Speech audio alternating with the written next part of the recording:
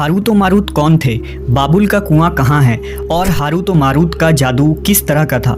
ये वो पुरअसरार सवालात हैं जिनके जवाब तो बहुत हैं और लिखने वालों ने भी बहुत कुछ लिखा है, लेकिन उन किस्से कहानियों में हकीकत को तलाश करना गहरे समुंदर से मोतियां निकालने के बराबर है। हारूत व मारूत के मुताल्लिक बुनियादी तौर पर दो तरह की रवायतें मिलती हैं, एक वो जो कुरान व हदीस और ताबईन के अक़वाल में मौजूद है और दूसरी वो जो तौरेत व इंजील और इसराइली रवायतों में आती है, जबकि उन इसराइली रवायतों को बेशतर उलमा और मुवर्रिखीन ने तायद की है। इस वीडियो में हम उन दोनों तरह की रवायतों और वाक़यात को मुकम्मल पेश करेंगे।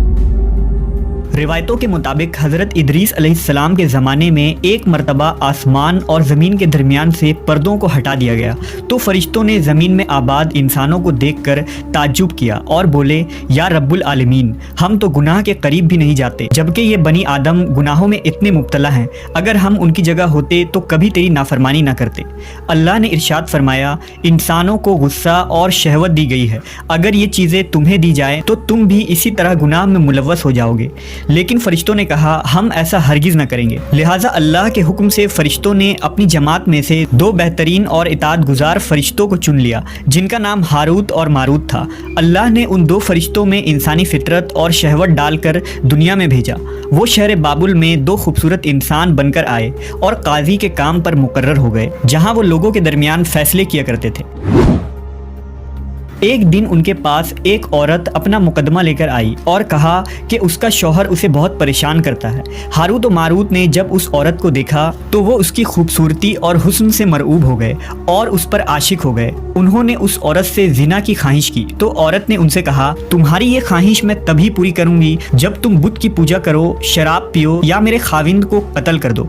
हारूत और मारूत ने शराब नोशी को छोटा गुनाह समझकर पी लिया और नशे की मस्ती में दो और कबीरा गुनाह कर बैठे। उस औरत ने उनसे आसमान पर चढ़ने का अमल भी सीख लिया, जिसके जरिया वो आसमान पर जाते थे। जब औरत इस अमल के जरिया आसमान पर गई तो अल्लाह के हुक्म से उसे सितारे की शक्ल में मस्ख कर दिया गया। चूंकि उस औरत का नाम ज़ोहरा था, इसलिए वो सैयारा ज़ोहरा कहलाया, जिसे आज वीनस कहते हैं। इस गुनाह की वजह से हारूत और मारूत खुद वो इसमें आज़म भूल गए जिसे पढ़कर वो आसमान पर जाते थे और बतौर सज़ा उन्हें बाबुल के एक कुएं में उल्टा लटका दिया गया, जहां वो ता क़यामत यूं ही कैद रहेंगे। ये एक इसराइली रवायत है जिसे इमाम इब्न कसीर और फ़खरुद्दीन राज़ी जैसे मुफस्सरीन अफसाना और मन घड़त कहानी करार देकर सख्ती से रद्द कर देते हैं। वहीं इमाम सयूती जैसे उलमा इस रिवायत को मुस्तनद मानते हैं।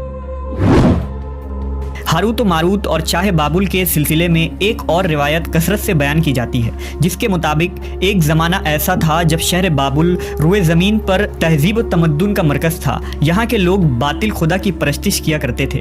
ये लोग अपनी किस्मत उनसे वाबस्ता समझते थे, इसलिए इल्म नजूम और इल्म फ़ल्कियात में बड़े माहिर थे। उनके बुतकदों में सितारों की पूजा की जाती थी। ये लोग जादू, तंत्र मंत्र, सिफली को बहुत अहमियत देते और इस इल्म के ज़रिया मुआशरे में खूब फसाद फैलाते थे। ये लोग तिलिस्म, जादू, तंत्र मंत्र में बहुत आगे बढ़ गए। उनमें बड़े बड़े जादूगर मौजूद थे। उनकी तारीखी किताबों में जगह जगह जादू और तंत्र मंत्र ही नजर आता है। उनका जादू दूर दूर तक मशहूर था। मुख्तसर ये कि उस शहर का बाशिंदा होना ही जादूगर होने की अलामत थी। जब हज़रत सुलेमान अलैहिस्सलाम की हुकूमत आई तो आपने उन लोगों को इस शिरकिया अमल से रोका और उनकी सहर और जादू की किताबों को एक जगह जमा करके अपनी अजीम कुर्सी के नीचे दफन कर दिया, ताकि इस फितना अंगेज इल्म का जड़ से खात्मा हो जाए। जब सुलेमान अलैहिस्सलाम की वफ़ात हुई तो शैतान ने उन किताबों को दोबारा खोद कर निकाला और लोगों से कहा कि सुलेमान पैगम्बर नहीं था, बल्कि उन किताबों के ज़रिया हुकूमत किया करता था। लिहाजा हवा में उड़ना, जिन्नात पर काबू और सुलेमान अलैहिस्सलाम के गैर मामूली मुआजिज़ात दरअसल जादू और सिफली का अमल था। बनी इसराइल ने उसकी पैरवी की और उन किताबों को पढ़ना शुरू कर दिया। लिहाजा दोबारा ये शर अंगेज इल्म इस कौम में सुरायत कर गई।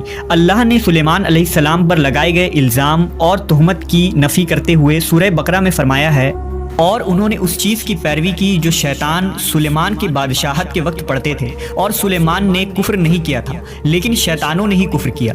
लोगों को जादू सिखाते थे और उस चीज़ की भी जो शहर बाबुल में हारूत और मारूत दो फरिश्तों पर उतारा गया था, और वो किसी को ना सिखाते थे जब तक ये ना कह देते कि हम तो सिर्फ आजमाइश के लिए हैं, तू काफिर ना बन।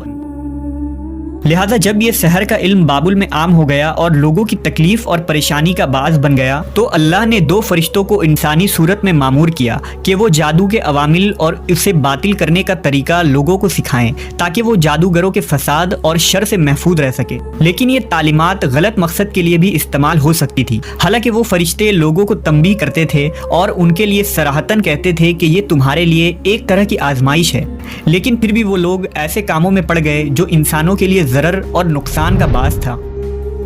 بعض عربی داستانوں میں اس کنویں کا ذکر بھی ملتا ہے جہاں کئی لوگ پہنچے اور ہاروت و ماروت سے ملاقات کر کے جادو کا علم بھی سیکھا، جبکہ بعض مورخین کا کہنا ہے کہ عراق کے شہر حلہ کے قریب ایک کھنڈر میں موجود قدیم کنواں ہے جہاں سے بابل کی سرحد شروع ہوتی تھی۔ یہ اس کنویں کو ہی چاہے بابل قرار دیتے ہیں۔ بہرحال اس واقعے سے یہ سبق ملتا ہے کہ سفلی اور جادو ایک شرکیہ عمل ہے، مگر یہ کہ اس کا استعمال فساد اور شر پسندی کے خاتمے کے لیے کیا جائے۔